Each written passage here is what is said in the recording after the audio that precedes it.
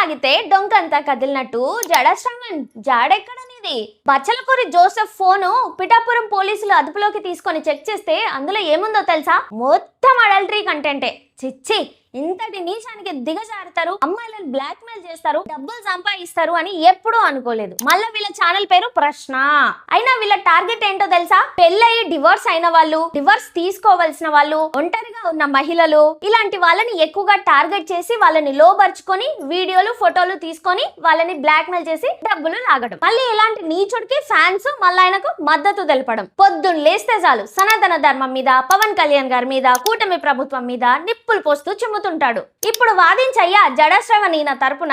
ఏ మొహం పెట్టుకొని వాదిస్తావో మరి ఒకసారి ఆలోచించండి మీరే. ఇంతమంది అమ్మాయిల జీవితాలతో ఆడుకునే ఈ నీచుని ఏం చేయాలి? ఆయన ఆఫీసు మాదాపూర్ ఆఫీస్ లోకి వెళ్ళి చెక్ చేస్తే మైనింగ్ కి సంబంధించిన విషయాలు ఉన్నాయంట. లోపలంటే పెద్ద చరిత్రే ఉంది వీళ్ళది. ఈయన ఒక్కడి ఫోన్ ఓపెన్ చేస్తేనే ఇంత చరిత్ర వెళ్ళిందంటే మరి ఆ రేలంగి మావయ్య, ఈ గంజాయి మొక్క ఫోన్ ఓపెన్ చేస్తే ఇంకెన్ని వెళ్తాయో నాకు అర్థం కావట్లేదు. ఇలాంటి వాళ్ళకు మళ్ళీ మీరు సపోర్ట్ చేస్తున్నారు. మీరేమంటారో ఒకసారి కామెంట్ చేయండి. తీగలాగితే డొంకంతా కదిలినట్టు జడశ్రవణ్ జాడెక్కడనేది బచ్చలకూరి జోసెఫ్ ఫోను పిఠాపురం పోలీసులు అదుపులోకి తీసుకొని చెక్ చేస్తే అందులో ఏముందో తెలుసా? మొత్తం అడల్టరీ కంటెంటే.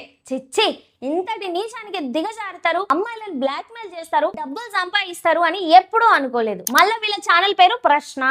అయినా వీళ్ళ టార్గెట్ ఏంటో తెలుసా? పెళ్ళయి డివోర్స్ అయిన వాళ్ళు, డివోర్స్ తీసుకోవాల్సిన వాళ్ళు, ఒంటరిగా ఉన్న మహిళలు, ఇలాంటి వాళ్ళని ఎక్కువగా టార్గెట్ చేసి వాళ్ళని లోబర్చుకొని వీడియోలు ఫోటోలు తీసుకొని వాళ్ళని బ్లాక్ మెయిల్ చేసి డబ్బులు లాగడం. మళ్ళీ ఇలాంటి నీచుడికి ఫ్యాన్స్ మళ్ళీ ఆయనకు మద్దతు తెలపడం. పొద్దున్న లేస్తే చాలు సనాతన ధర్మం మీద, పవన్ కళ్యాణ్ గారి మీద, కూటమి ప్రభుత్వం మీద నిప్పులు పోస్తూ తుంటాడు. ఇప్పుడు వాదించయ్యా జడశ్రవణ్ ఈయన తరపున.